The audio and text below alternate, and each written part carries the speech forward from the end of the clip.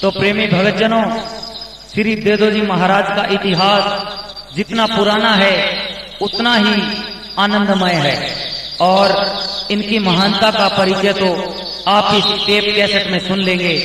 श्री देदो जी महाराज श्री साजन जी मंगल राव के पुत्र और श्री गढ़सी जी जुझार के पुत्र हैं। श्री गढ़सी जी, साजन जी और श्री देदो जी महाराज तीनों ही वीर, रणधीर और अक्षत्रिय धर्म का प्रतीक माने जाते हैं। श्री देदो जी महाराज का जितना इतिहास हम जानते हैं उतना ही हम इन कैसेटों में वर्णन कर रहे हैं। और भक्तों, मनुष्य तो गलतियों का पुतला है।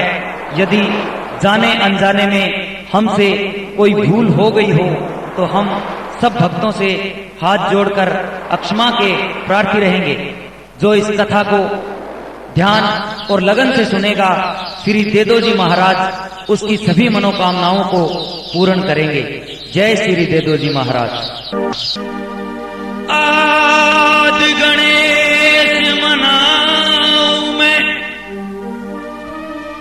तो कर गोरी का ध्यान, अरे शिव शंकर की कृपा से तो बढ़े सभा में मान।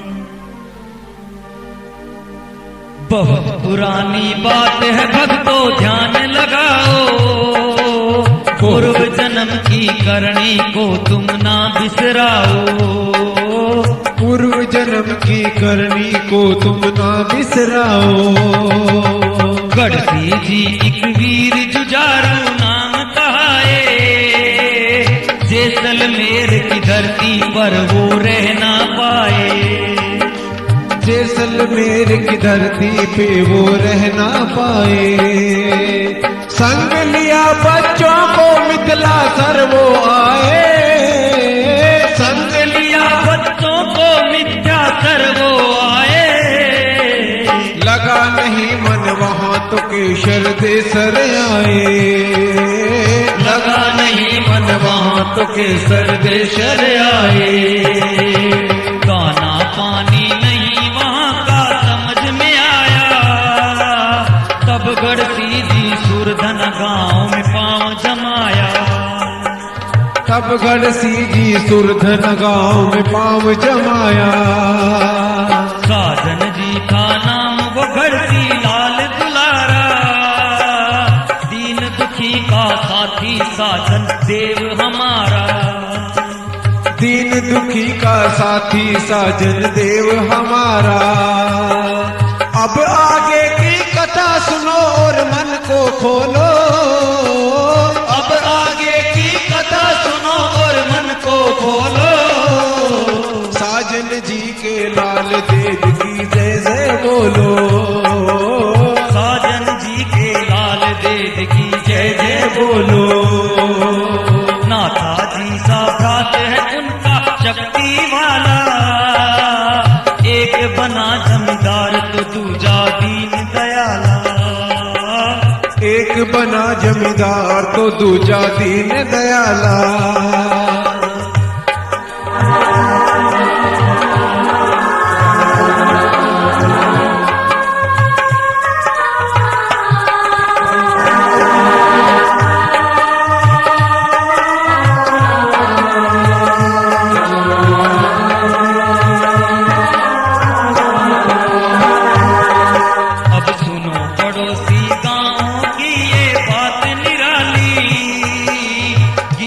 सर के पाऊ भाटी भी थे बलशाली।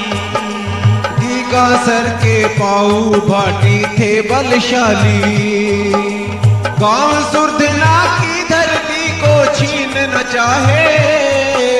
गांव सुरधना की धरती को छीन न चाहे, इसलिए वो नाथा जी से प्राण बचाए। इसीलिए वो नाथा जी से प्राण बचाए। बोले नाथा पाऊं से तुम मत इतराओ, अपने गांव की कांकड़ में ही रोब दिखाओ। अपने गांव की कांकड़ में ही रोब दिखाओ। पाऊ बोले बात सुनो ना हमको टालो, हिम्मत है तो युद्ध करो और हमको रोको। हिम्मत है तो युद्ध करो और हमको रोको। नाथा जी ने गांव में आके बात बताई। नाथा जी ने गांव में आके बात बताई। चलो साथियों पाऊं की अब शामत आई। चलो साथियों पाऊं की अब शामत आई। दिन अच्छा था पाऊं को ना देद जिगर में, काम जरूरी करने जाए बीकानेर में। काम जरूरी करने जाए बीकानेर में। तो देखिए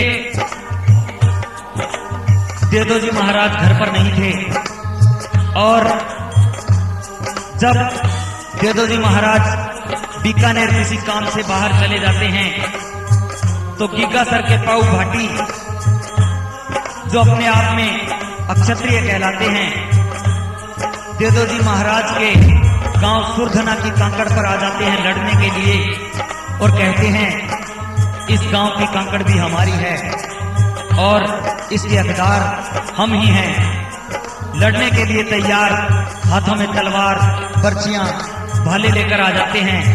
और उनको रोकने के लिए जब देदो जी महाराज का भाई नाथा जी कांकड़ पर जाता है तो पाऊ कहते हैं अगर हिम्मत है तो हमसे युद्ध करो, हमसे लड़ो, हमें यूं खाली रोको मत, हम रुकने वाले नहीं हैं। तो किस प्रकार से आगे बात बनती है?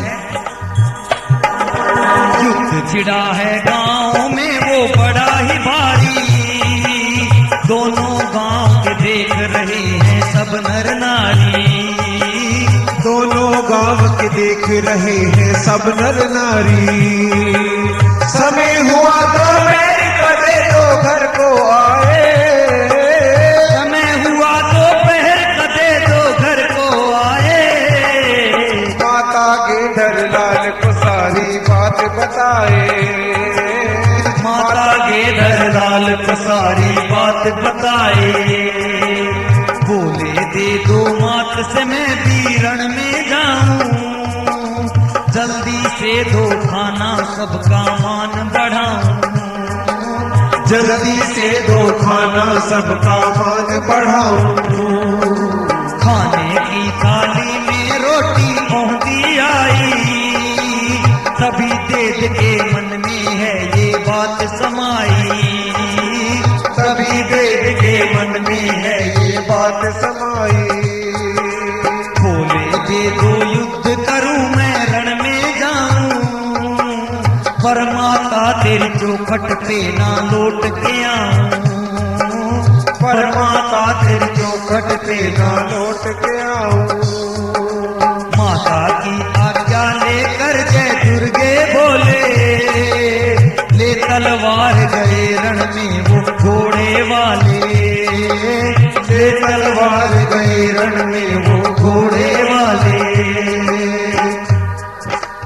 और देखिए जब देदो जी महाराज घर वापस आते हैं बीकानेर से अपना काम निपटाने के बाद, तो माता से पूछते हैं कि माता जी हमारे सभी संगी साथी, हमारे भैया नाथा जी कहाँ गए?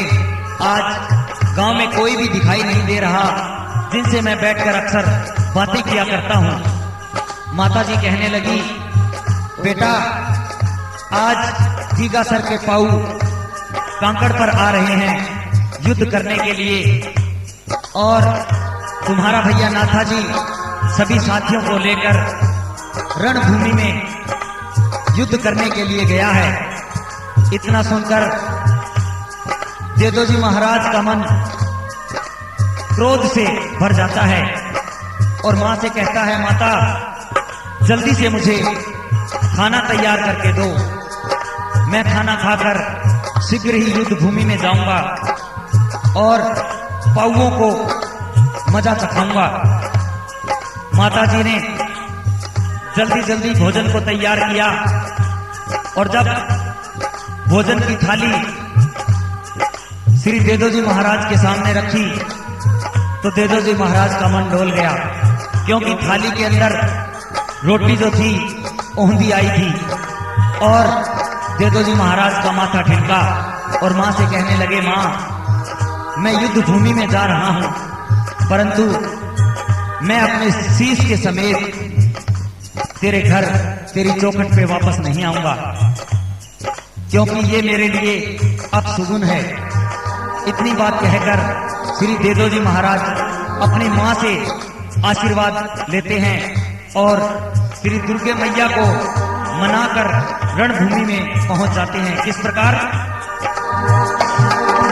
रणभूमि में पहुंचे देदो देख के ऐसा, एक एक करके दुश्मन की गर्दन तारा, एक एक करके दुश्मन की गर्दन तारा।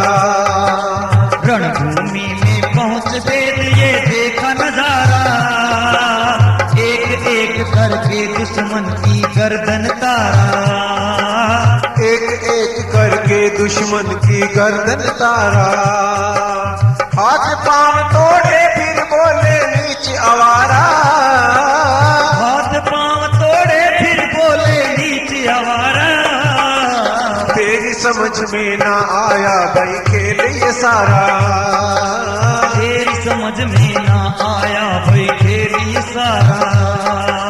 देख देख की ताकत को पाऊं घबराए, बोल के अपने भाणु से वो कपट कराए, बोल के अपने भाणु से वो कपट कराए। मिला जो अवसर भाणु को वो मन भर माया, वार किया पीछे से देद का शीश उड़ाया, वार किया पीछे से देद का शीश उड़ाया।